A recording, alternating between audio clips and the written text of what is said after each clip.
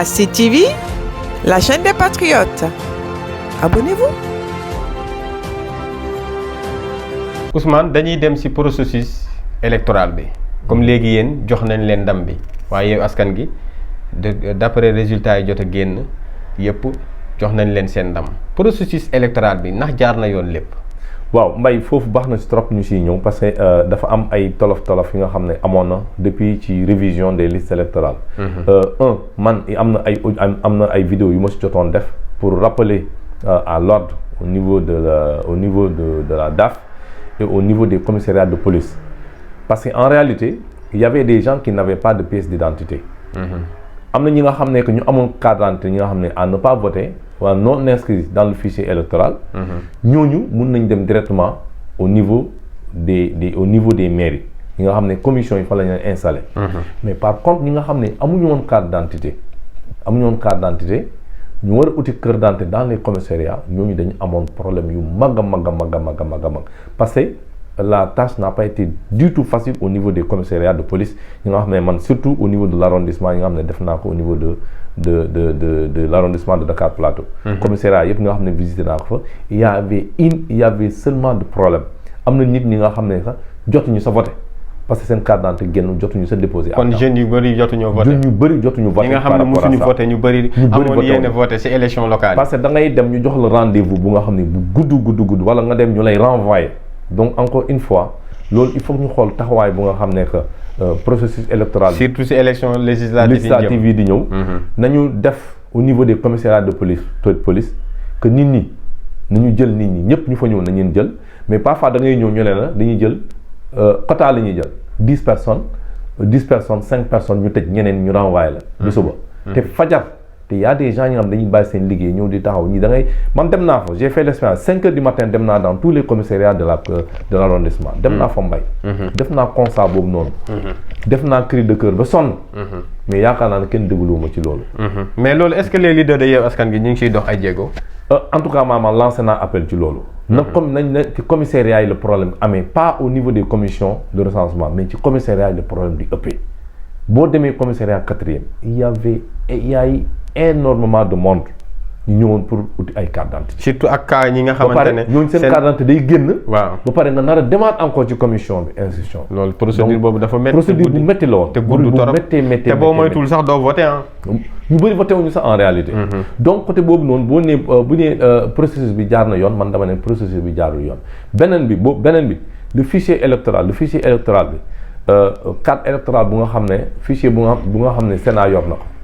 DG yor na ko bu nga xam ne bu nekk ci audit 2021 bi nga xam ne USAID def na ko. ñooñu ñëpp boo xoolee le nombre d'électeurs au Sénégal benn bu nekk bokkul ak sa morom Mbaye ce qui est grave ce qui est très grave. donc loolu lu jar a toogaat la. bu may ñëw ci vote yi vote bi après vote bi je pense que il faut que ñu xool au niveau de la commission de recensement des votes ce qui se passe là-bas. daa am ay lënt-lënt. dafa am ay lënt yu doy waaru sax. parce que au niveau de la commission de recensement nga xam ne parti yi ñu ngi fa waa ministère a nga fa magistrat ñu nga fa bu ñuy dugal damay joxe exemple par exemple bu ñu nee Gueule Tapée commune de Gueule Tapée Fass Colobane.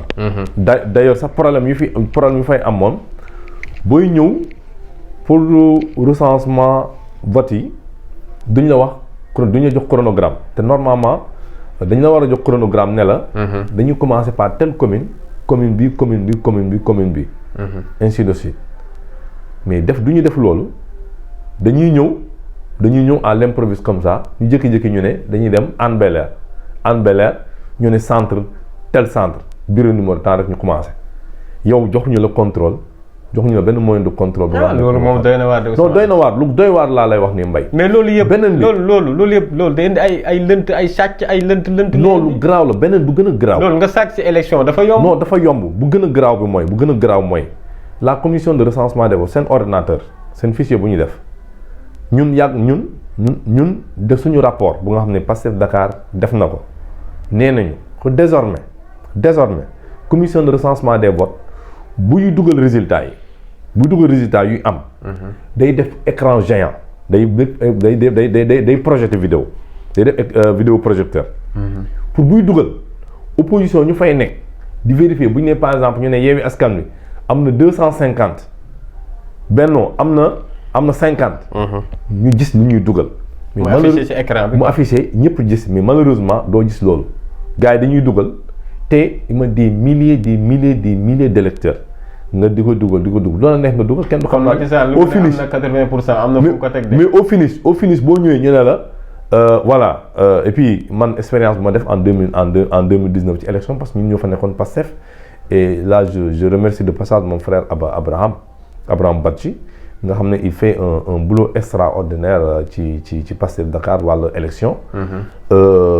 parce que boo xoolee taxawaay ñun bu ñu def ñeneen parti yi amuñu ko mbay bu ma la waxee ñeneen parti en 2019 dañ fa nekkoon sax di nelaw doo ko gëm di nga sénégalais dañu war a xippi seen bët yi di xoolaat commission de recensement des votes du yëfu caaxaan.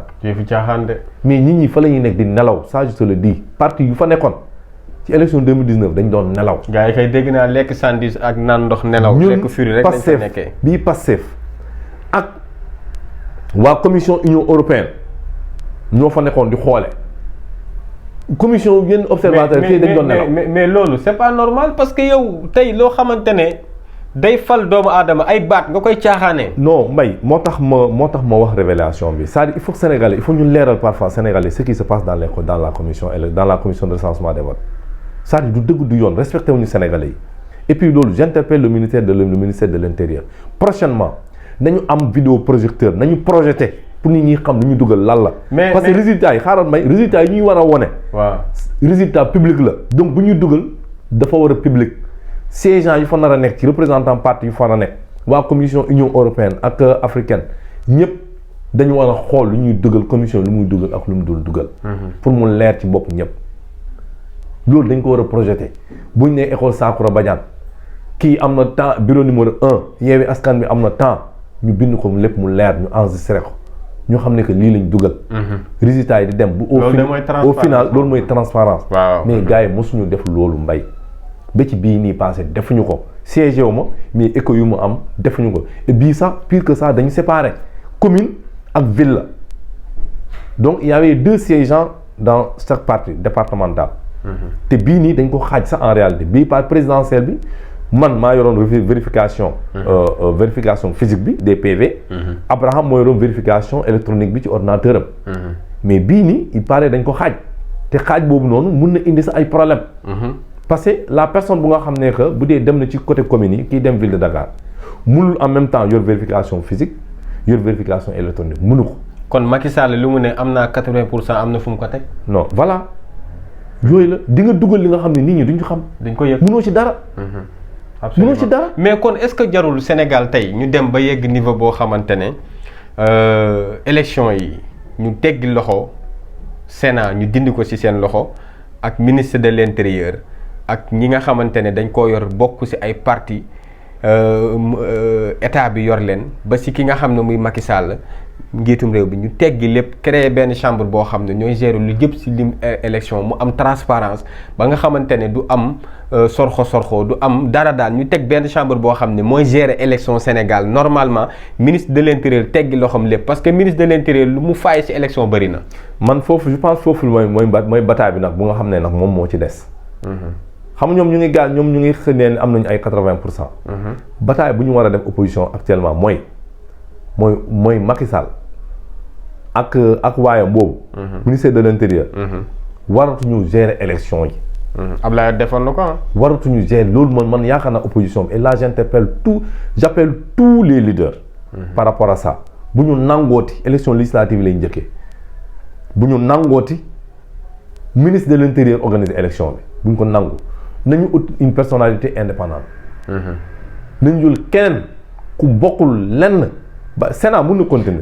Ablaye ba muy daan 2012 defe naa ministre de l'intérieur bi daf ko dindi. dafa créer benn ministre uniquement chargé des keneen ki uniquement. ku bokkul ak ministère de l'intérieur géré wutoon élection bi. parce que jamono defe naa Ousmane Ngom moo fi nekkoon. mais dañ doon wax Ousmane Ngom si Ablaye Wade la bokk. warul gérer élection warul gérer. parce que mënoo nekk juge et partie mënul nekk. c'est-à-dire. loolu lañ fi gisoon ci 2019. bi Aly Ngouille Ndiaye di wax ne Macky Sall dinaa def le tout ba nga gagné. mais loolu fi nekk di am ak ku fi nekk nii. waaw looloo nekk di am mais loolu nag bu ñu ko seetaanee nag ñun xaru la si ñun ci opposition. te ñoom ils ne respectent pas les Sénégalais dañuy janoog presse bi di wax yoo xamante ne yow nan ngay janoog parce que presse bi nga ne je vais faire tout que ba ñu am ndam en tant que ministre de l'intérieur. et ils le feront mooy lu ma lay wax nii mooy lu leer. loolu mënoon nga ko bañ a wax. commission de recensement des votes. bu ñuy dugal résultats yi duñ ko projeté bu ñuy dugal kenn du xam lu ñu dugal ak lu ñu dugalul. peut-être ñun à Pastef lu ñu may sans département Dakar ci élection présidentielle yi passé. kon Ousmane lu ñu amoon mbay xaaral ñun lu ñu amoon lu ñu dugal ñu moom la ñu doon dugal bu ñu dugal woon leneen loolu ñun lu ñu dugal dañuy bañ. kon Ousmane. parce que xam nañ ne Pastef dafa ñëw indi vérificat am logiciel am ñoom lu ñu dugal Pastef di dugal lu ñu vérifier di dugal te dinaa la wax waa jooju wax waa Pikine ma dellu si loolu waa jooju waa Pikine. waaw Cheikh. waaw docteur Cheikh ci wax ci PV yi. PV ñun dalu nañ présidentielle yi Sénat yorul PV commission de recensement des votes yorul PV Pastef la ñu liiree yeneen parti d'accord parce qu'ils étaient présents parce que fële Pikine malheureusement yeneen parti teewuñu moo tax moom rek mënu si gars yi dañuy bañ. mais fële yeneen parti yaa ngi fa woon moo tax gars yi accepté ñu jël PV Pastef liir ko moo tax ñu valider commission de recensement des votes dugal affaire bi. ok mais bu dul loolu man parfois damay xalaat ce qui se passe à l'intérieur du pays ñun lu ñuy def est-ce que ñu nekk fële noonu la ñuy def man lu mu mën courage détermination bu nga xam ne am naa ko pour veiller ci élection yi pour mu jaar yoon est-ce que ñeneen ñi def nañ ko. mais kon Ousmane est-ce que fii à Gueule Tapée Fass Colobane ci Abdoul Aziz Paye bi. man déjà bu ma taaloon sama ordinateur moo wala suñu fichier tout était déjà prêt calculé yi nga lu ñu génnee nii c'est la même chose. tout lépp la ñu pare noonu ñun même jour la ñu xamee kenn ku nekk ñaata siège ñaata conseil nga am parti yëpp ñun même jour la ñu ko xam pour te dire boog liggéey mu am ne ñun abattre nañ ko. donc li nga xam ne que man loolu lii devant jëloo nañ ko ba pare donc ñoom lépp lu ñuy teg plan bu ñu mënta leen ñun xam nañ ko. mais nag ñun mënuñu xeex loolu à la base bu ñu ko war a xeex. loolu xeex leader yi la. leader yi kon léegi liñ fiy nekk di wër di campagne nit yi topp leen Sonko Khalifa Barth loolu est-ce que jarul woon ñu lijjanti ko dès en avant. il est temps maintenant et là j'interpelle. parce que assemblée nationale tamit du ay caaxaan de. là j'interpelle parce que man dama déglu Macky Sall mu ne moom fu mu doon perte la pertaat rek fu mu doon perte la perte. donc te gis na ne fi mu perte nii musu ko gagné bu mu nekkee ci nguur ba léegi muy Thiès nee na musu ko gagné Dakar musu ko gagné. wax na ko Ziguinchor musu ko gagné ba pare taxaw ne man 80% la am waaw. fenn la perte muy ay Guédiawaye ak jàppal baay yooyu perte na ko Saint-Louis moo ko mus a gagné man dama gis ne Macky Sall résultat bu mu indi woon moom la indiwaat tegaat ko ci table bi. waaw moo tax je pense que li dafa war a cheval de bataille pour suñu leaders yi. et là je les interpelle tous ñoom ñëpp bàyyi ma ci kenn à commencer. loolu de mandataire bi war na ko déglu. par mon leader Déthié Fall personnellement Déthié Fall laay interpellé processus électoral bi. na ko xoolaat bu baax. ministère de l'intérieur dootuñ ko nangu mu gérer élection dootuñ ko nangu.